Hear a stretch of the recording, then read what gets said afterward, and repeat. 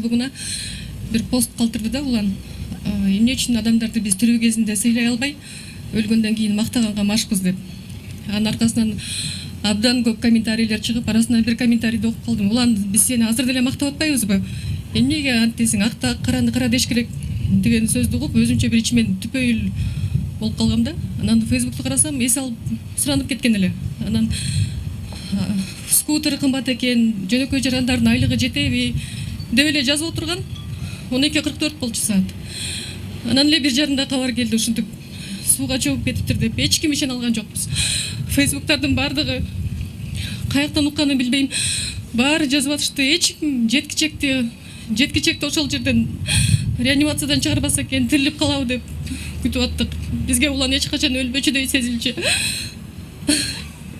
Отко күйбөчүдөй, сууга чөкпөчүдөй, чындык дегенде чыркырап, жалбырттап, кээде ошол ары бир иликтөөсүн жасаганда кызыл чеке болуп талашып, мен муну чыгарам, айтмайынча кое албайм деп, кээде улан кой, кээде андай дагы болбойт, мындай кылып берели десек дагы чыркырап Прагага чейин чалам мен деп, ушинтип атынан талкуулашып атып чыгарчыбыз.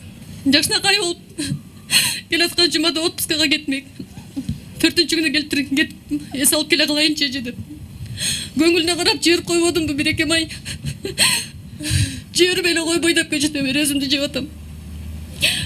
Эсиңиздерде болсо, өткөн программабызда Бишкектин жер мафиясы тууралуу иликтегенбиз. Бул жолу кезек көр саткандарга келип жетти. Саламатсыздарбы? Эфирде Азаттыктын ыңгайсыз суроолор телеберүүсү. Сиздер менен мен Улан Эгизбаев.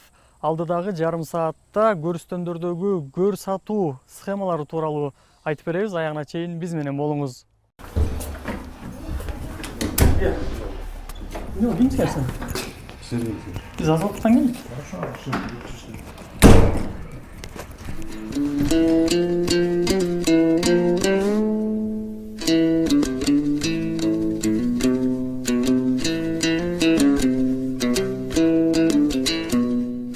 Ulan menen 4 yıl işledim beni. Elдің өзінше bir sözü kat, elden çıkıp dağı bir sözü kat.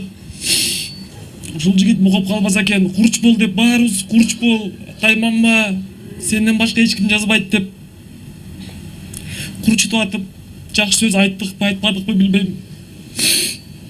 Акыркы жолу бир чалсам, да шеф деп телефонун көтөрсө, ичим жылып калды эле. Андан мурдараак бир аял интервьюга чакыргандан барсам, аялынын боюнда бар экен. Ошо билбейм негедир үйдөн чыгып атып, коромонун күлүзүп алдым эле. Көрсө ошол аялынын курсагындагы бала уланды көрбөй тириле турган болгон экен.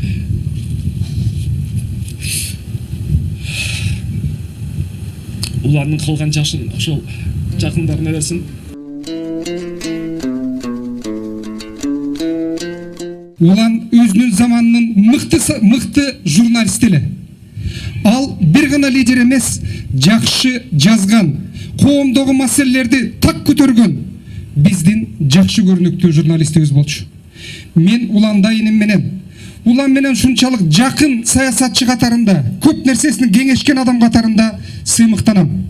Уландын ата-энесине көңүл айтам. Уландын жаткан жери жайлуу, бардыгыбызга ушул кичинекей кыска өмүрү менен өмүр бою үлгү элес катары кала берсин. Жаткан жери жайлуу болсун.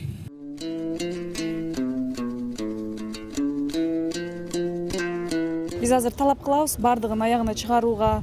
Себеби дегенде абдан мындай кызыктай кырдаалда көз жумуп атат да. Себеби дегенде ага чейин 2-3 күн эчтек болгон жок. Кетеринде эмеге телефонун текшерип чыгыш керек. Ким акыркы жолу чалган, кимге акыркы жолу чалган, ким менен сүйлөшкөн, бүт баарын иликтеш керек.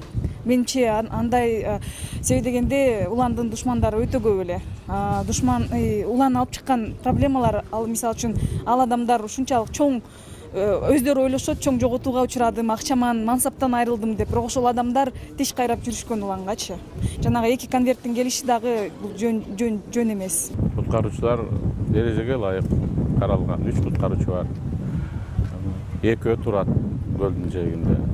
Эс алышып, исмендешип, түшкү маалда бирөөсү түшкү тамак кеткенде экинчиси калат. Куткаруучулар ошол жерде болгон. Ошон үчүн барып ошол куткаруучу барып, аны баягы биринчи жардамдарды көргөзүп, пульсун текшерип, тез жардам чакырып, тез жардамга жиберип бар болгон. Эми бул кырсык аны убакыт көргөзөт.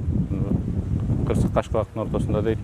Жанында алган эмес, камера, эгерде камерада көргөзүп атат, алыстан туура бирок көргөзүп атат, жанында деле мындай кишилер сууга чыгып аткан, жанында деле алар деле көрбөй калган. Көлдүн жээгинде отурган келинчеги ада көрбөй калган. Эми бул кырсык.